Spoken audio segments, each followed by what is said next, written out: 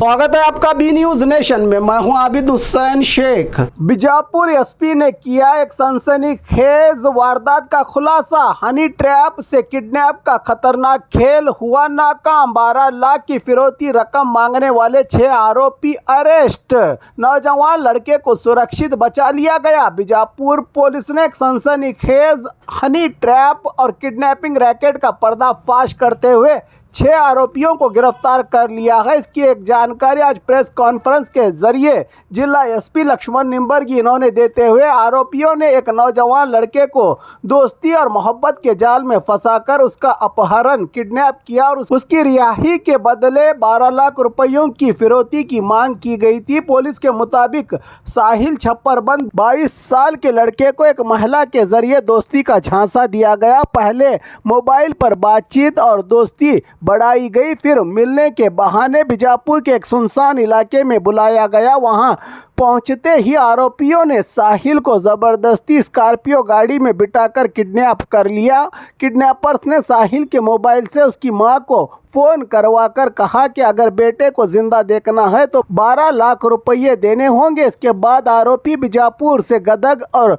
फिर गोवा की तरफ घुमाते रहे ताकि पुलिस को गुमराह कर सके, लेकिन गांधी चौक पुलिस की स्पेशल टीम ने मोबाइल लोकेशन और टेक्निकल सर्वेलांस की मदद से बेलगाम जिले के घटप्रभा के पास आरोपियों का पता लगा लिया। पुलिस ने तुरंत ऑपरेशन चलाकर 6 आरोपियों को गिरफ्तार कर लिया और किडनैप किए गए साहिल को सुरक्षित बचाकर उसके परिवार के हवाले कर दिया। आज एक प्रेस कॉन्फ्रेंस में पुलिस की जांच में सामने आया कि आरोपियों ने साहिल के परिवार की जमीन बिकने और पैसे मिलने की जानकारी के बाद पूरी साजिश रची थी। एक छोटी सी जानकारी का गलत इस्तेमाल करके हनी ट्रैप और किडनैपिंग जैसे अपराध को अंजाम दिया गया, लेकिन बीजापुर पुलिस की चालाकी और मुस्तैदी से एक बड़ा अपराध नाकाम हो गया। पुलिस ने लोगों से अपील की है कि अनजान लोगों से दोस्ती और पर्सनल जानकारी शेयर करते वक्त हमेशा एहतियात बरतें।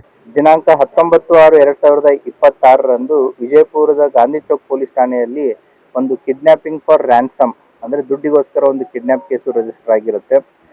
ಸೊ ಆ ವ್ಯಕ್ತಿಯ ಹೆಸರು ಸಾಹಿಲ್ ಚಪ್ಪರ್ಬಂದ್ ಅನ್ನುವಂಥ ವ್ಯಕ್ತಿಯನ್ನು ಕಿಡ್ನಾಪ್ ಮಾಡಿರ್ತಾರೆ. ಅದು ಕೇಸ್ ರಿಜಿಸ್ಟರ್ ಆದಮೇಲೆ ನಾವು ತನಿಖಾ ತಂಡವನ್ನು ಗಾಂಧಿ ಚೌಕ್ ಇನ್ಸ್ಪೆಕ್ಟರ್ ಪ್ರದೀಪ್ ತಳಕೇರಿ ನೇತೃತ್ವದಲ್ಲಿ ಒಂದು ತಂಡವನ್ನು ರಚನೆ ಮಾಡಿರ್ತೀವಿ.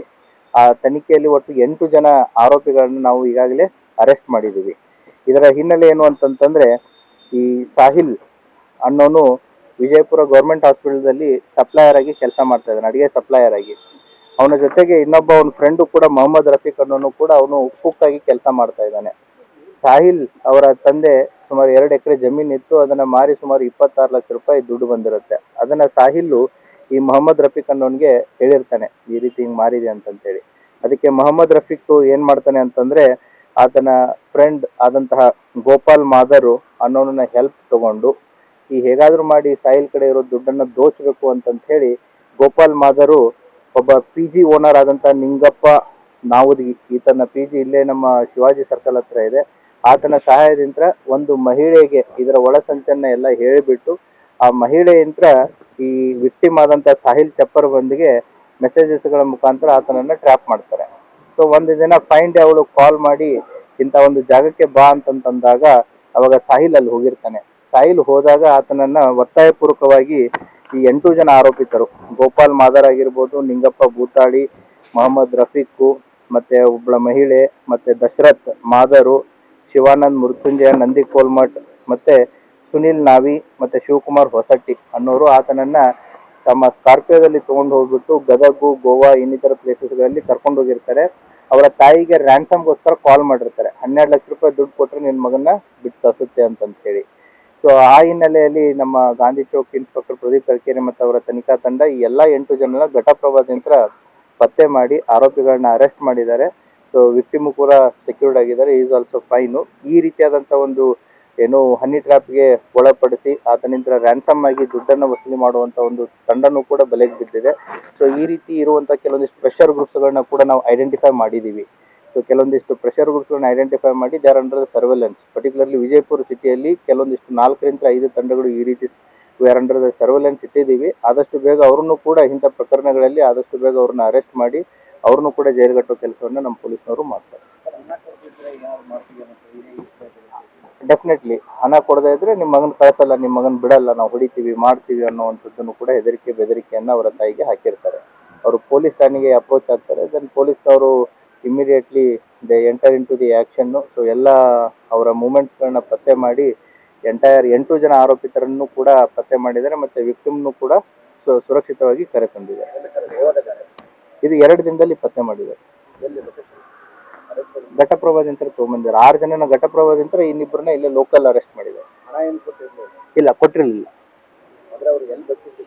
ಘಟಪ್ರಭಾ ಅದನ್ನ ಗದಗು ಗೋವಾ ಎಲ್ಲ ಓಡಾಡಿಸಿಬಿಟ್ಟು ನಮ್ಮ ಪೊಲೀಸ್ ತಂಡಕ್ಕೆ ಅವರು ಘಟಪ್ರಭಾದಲ್ಲಿ ಸಿಕ್ಕಿದ್ದಾರೆ. ಅದರಲ್ಲಿ ಒನ್ ಆಫ್ ದ ಆರೋಪಿ ಅದನ್ನ ಊರು ಬೆಲ್ಲದ ಬಾಗೇವಾಡಿ ಹತ್ರ ಒಂದು ಊರು, ಹಾಗಾಗಿ ಘಟಪ್ರಭಾದ ಹತ್ರ ಬೆಲ್ಲದ ಬಾಗೇವಾಡಿ, ಸೊ ಆ ಕಡೆ ಕರ್ಕೊಂಡು ಹೋಗಿರುತ್ತೆ. और खबरों के लिए देखते रहिए बी न्यूज़ नेशन।